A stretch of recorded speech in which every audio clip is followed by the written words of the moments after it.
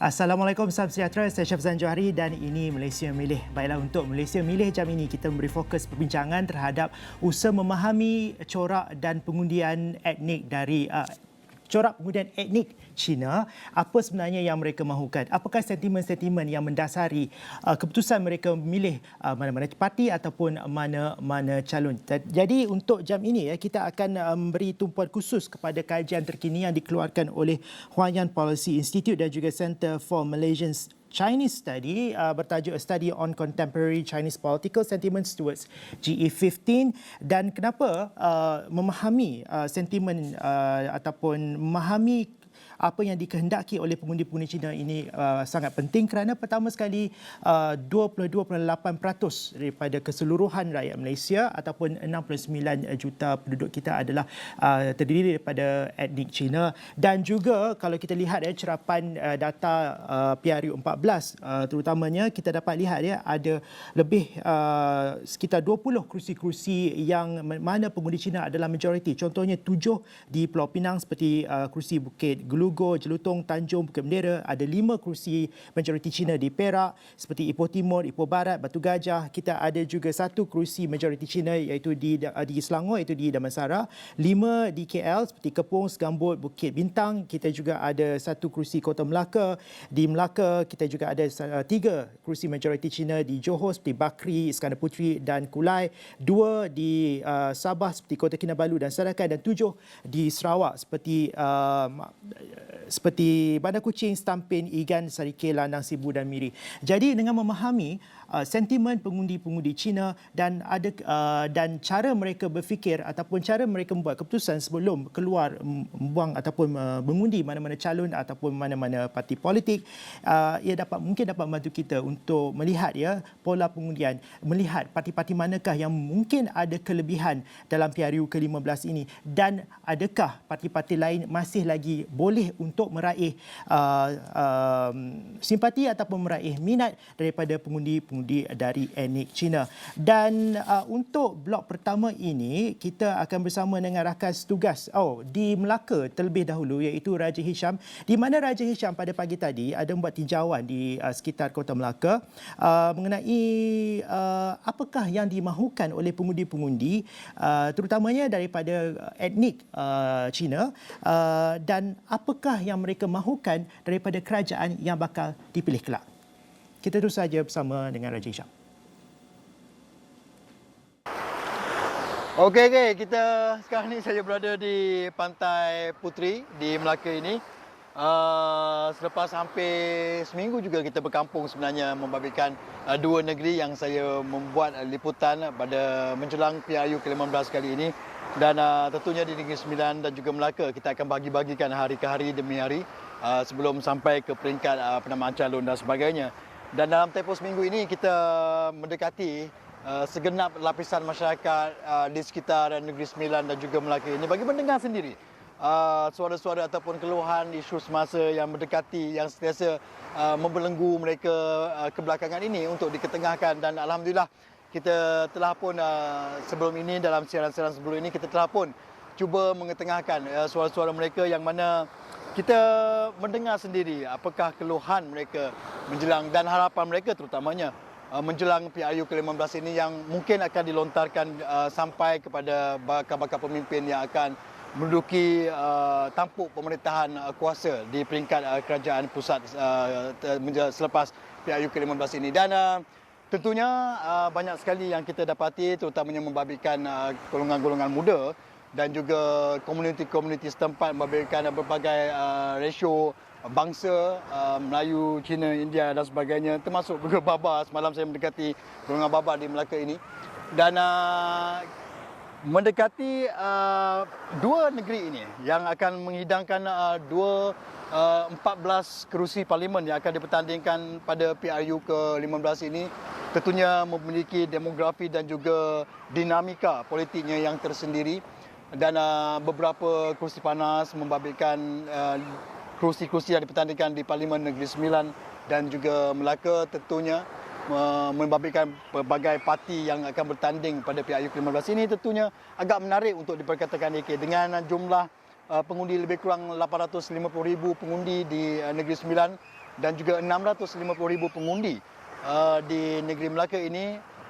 Harus diingat jumlah pengundi-pengundi baru di kedua-dua negeri ini juga akan menentukan hala tuju ataupun keputusan, mempengaruhi keputusan pada PRU ke-15 nanti. Dan bagi Negeri Sembilan sendiri, lebih kurang 53,226 pengundi baru didaftarkan pada PRU ke-15 kali ini. Dan juga Melaka lebih kurang 41,347 pengundi baru telah pun mendaftar secara rasmi sebagai pengundi baru. Dan ini jumlah ini agak daripada peratusan keseluruhan jumlah pengundi yang akan menunaikan tanggungjawab mengundi pada PRU ke-15 ini boleh menentukan ke mana dinamika ataupun demografi politik ataupun keputusan PRU ke-15 ini akan mempengaruhi jumlah yang akan ditentukan ataupun membabitkan kerajaan pusat menjelang PRU ke-15 ini. Dan di Melaka pada hari ini saya telah pun mendekati beberapa kelompok komuniti, terutamanya membabitkan masyarakat Cina yang agak concern ataupun jelas kebimbangan yang dikemukakan mengenai tentunya ekonomi kita. Sebagaimana yang kita tahu AK, kebanyakan komuniti itu yang di Melaka ini kebanyakannya adalah dari sektor perniagaan dan juga pelancongan, banyak bergantung kepada dua sektor tersebut. Dan kita dengarkan sedikit mengenai suara yang telah dilontarkan kepada kami ketika saya mendekati kelompok komuniti Cina di negeri Melaka ini. Kita nak ekonomi naik aja. Cuba kita nak duit kasih pertukaran yang besar sikit. Sekarang semakin kecil beli barang tak dapat lah. Makan pun sudah mahal. Sewa pun naik, apa benda pun naik, kita pun susah juga. Kita nak cari yang selesa punya perniagaan aja. Rumah nak tangkung, api air pun naik juga, contohlah. Sebab berniaga sekarang tak ada. Bukan ramai orang, cuba sikit-sikit aja, lepaskan tarik aja. Itu aja saya minta. Nak kasih ekonomi naik aja. Itu aja. Macam kita pilih satu government uruskan Malaysia, kalau dia betul-betul baik, kita rakyat ada senang sikit lah. Kita semua Malaysia punya orang mau ini saja. Yang penting tu ekonomi kena jaga. Sebab kita makanan semua penting lah bagi kita rakyat kan. Makanan lah. Ini yang penting. Kasih kita untuk makan ke, yang murah ke. Betul. Tapi sekarang macam telur pun sudah mahal kan. 40 sen satu biji. Dulu tak sama, nak kata dulu ni jarak jauh sangat. Tapi kedekat ni dalam 3 tahun ni beza sangat jauh. Okey, itu adalah sebahagian daripada mereka yang rata-ratanya sebenarnya agak mahu melihat iklim ekonomi semasa, terutamanya membabitkan mereka di kalangan peniaga juga, dan mampu diperbaiki oleh siapa saja kepimpinan yang akan terpilih pada PRU ke-15 ini. Dan itulah juga sebenarnya yang dirisaukan juga, harapan sebahagiannya di kalangan kelompok-kelompok komuniti bangsa-bangsa lain termasuk Melayu, Cina, India dan sebagainya. Dan tentunya kita menyaksikan walaupun kita berada dalam fasa pemulihan, walaupun agak ekonomi dari masa ke semasa berbanding dengan fasa pandemik yang kita lalui dulu dan kini melalui fasa endemik, sektor ataupun ekonomi, taraf ekonomi yang semakin baik dari semasa ke semasa itu belum mencukupi bagi mereka, dan mereka ingin melihat satu exit door ataupun jalan keluar yang mungkin agak lebih agresif mahu dilihat, kerana ini mempengaruhi sumber pendapatan mereka dan sebagainya. Dan insya-Allah menjelang penamaan calon yang akan diadakan tidak lama lagi, kita juga akan menyampaikan dan menyalurkan maklumat dari semasa ke semasa mengenai tentang perkembangan terkini, dinamika dan juga demografi politik semasa, dan juga suara-suara rakyat membabitkan dua negeri ini, iaitu Melaka dan juga Negeri Sembilan. Okey, itu saja yang dapat kita kongsikan bersebenar dengan menjelang PRU ke-15 ini membabitkan Negeri Melaka dan juga Negeri Sembilan. Kita kembali dulu bersama AK dan insya-Allah kita akan muatkan perkembangan terkini menjelang PRU ke-15 daripada saya Raja Hisham Zaid dan juga rakan setugas juru kamera Muhammad Rozi Muhammad Saman membabitkan dua negeri, iaitu Negeri Sembilan dan Melaka. Kita kembali dulu bersama AK di Bukit Deli. Silakan AK. Baik. Terima kasih Raja Hisham yang berintas langsung dari Melaka. Seperti yang Raja Hisham katakan tadi, tinjauannya ada menyebut mengenai dua perkara, iaitu faktor ekonomi dan juga faktor tadbir urus ataupun governance yang menjadi antara kebimbangan utama kalangan pengundi-pengundi etnik Cina di negeri Melaka. Dan seperti saya katakan pada awal tadi, kita punya perbincangan kali ini akan merujuk kepada kajian yang dikeluarkan oleh Huanyang Policy Institute dan juga Center for Malaysian Chinese Study yang mengkaji mengenai sentimen politik kalangan etnik Cina di Malaysia, dan rakan tugas Faris Daniel sudah pun bersedia dengan kajian ataupun dapatan hasil kajian terbabit. Faris, kalau Faris tengok kan, kajian tersebut ada menyebut mengenai perkara yang menjadi kebimbangan utama pengundi-pengundi daripada etnik Cina. Apakah kebimbangan tersebut, Faris? Baik, kalau dikongsikan di sini ini adalah fokus ataupun 5 isu utama jadi kebimbangan bagi golongan pengundi Cina, ataupun ini adalah hasil kaji selidik yang dikongsikan oleh Huayan Policy Institute dan juga Center for Malaysian Chinese Studies yang mengumpulkan seramai 2,300 responden, ada yang daripada face to face dan juga ada daripada atas talian, yang melibatkan semua lapisan golongan umur, daripada golongan belia dan juga golongan warga emas. Dan kenapa ini penting untuk dikongsikan kepada dalam Israwani Malaysia Memilih jam 5 petang hari ini? Kerana ini melibatkan 22.8% daripada pengundi yang bakal mengundi pada PRU ke-15, dan ini adalah melibatkan 6.9 juta pengundi. Jumlah yang cukup besar untuk kita lihat semula. Dan ini kalau boleh saya kongsikan di sini 5 isu utama ataupun fokus utama yang jadi kebimbangan bagi pengundi Cina adalah, pertama, berkaitan dengan kos sara hidup. Seperti yang dikongsikan oleh Raja Hisham sebentar tadi, isu kenaikan harga barang dan juga faktor ekonomi yang sekian merosot ataupun menjadi isu utama, kebimbangan utama adalah berkaitan dengan kos sara hidup, yang mana ia melibatkan 78.63%. Ini perlu diberi fokus oleh kerajaan yang bakal mentadbir selepas PRU ke-15. Dan kedua adalah berkaitan dengan isu pendidikan, yang mana ia adalah melibatkan 75.11%. Kenapa ini penting? Kerana ini adalah juga berdasarkan responden ataupun kutipan daripada responden yang berkaitan dengan kebanyakan daripada mereka adalah golongan mahasiswa dan juga golongan-golongan belia, yang melibatkan 30% daripada keseluruhan responden yang dikumpulkan oleh kajian ini. Dan ketiga adalah berkaitan dengan kestabilan politik, melibatkan 72.98%. Dan yang keempat, isu utama adalah hubungan sesama kaum ataupun antara kaum.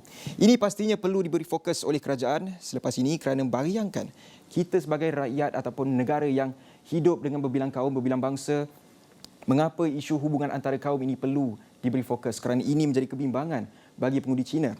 Dan seterusnya, kalau saya boleh kongsikan di sini, adalah berkaitan dengan nilai mata wang dan juga hutang negara, melibatkan 68.61%. Ini 5 fokus utama.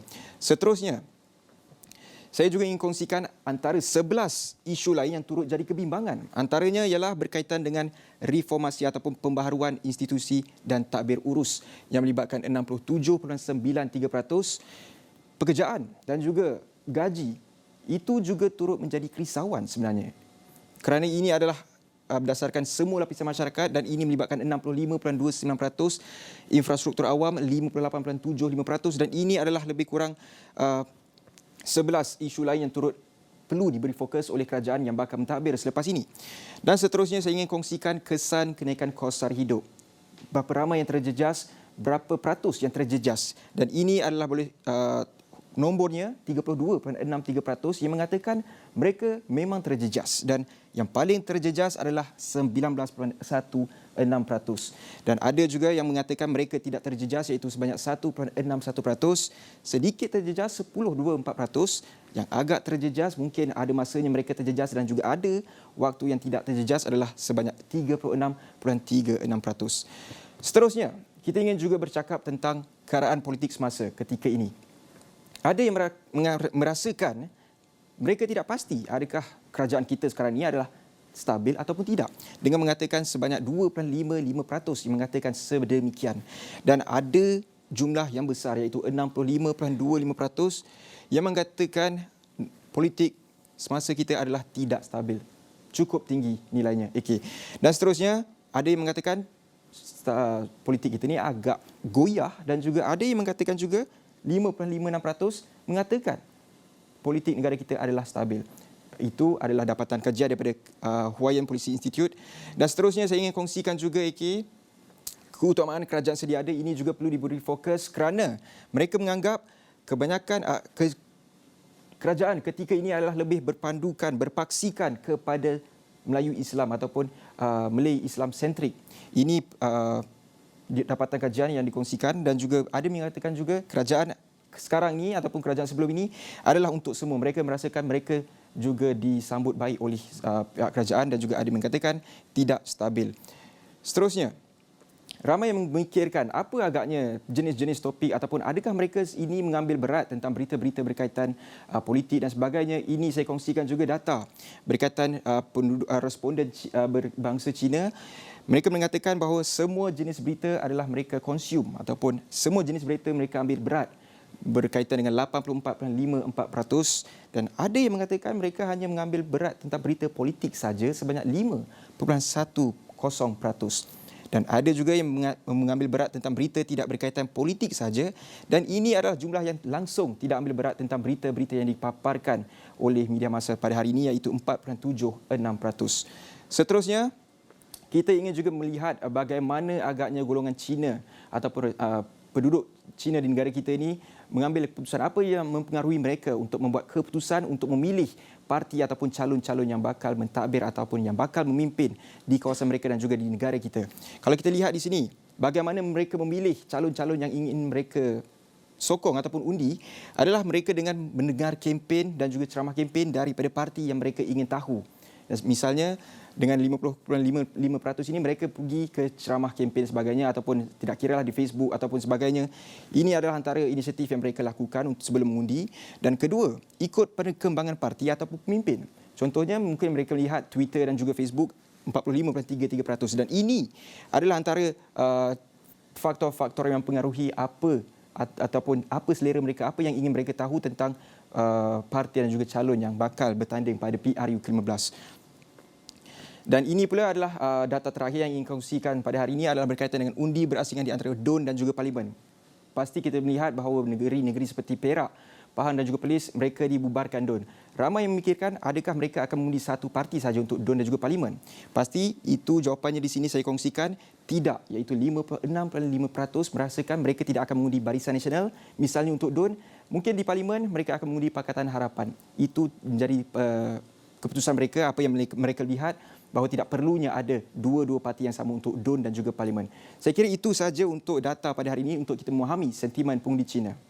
Baik. Terima kasih Faris. Antara yang diberi fokus kepada kajian ini, dapatan yang saya rasa menarik ialah pembahagian. Jadi apabila seorang pengundi itu memilih dan kalau ada dua kotak undi, DUN dan juga di Parlimen seperti negeri seperti Pahang umpamanya, ada pilihan raya di peringkat DUN dan juga pilihan raya di peringkat Parlimen, lebih 50% daripada pengundi-pengundi dari golongan etnik Cina ini akan memilih hanya satu parti sahaja untuk kedua-dua kotak undi berkenaan. Baiklah, kita akan bincangkan perkara ini secara lebih lanjut dengan Profesor Dr. Wong Chin Huat yang sudah pun bersedia di talian, tapi kita kena berhenti rehat dulu dan kita akan kembali bersama dengan Profesor Wong selepas ini.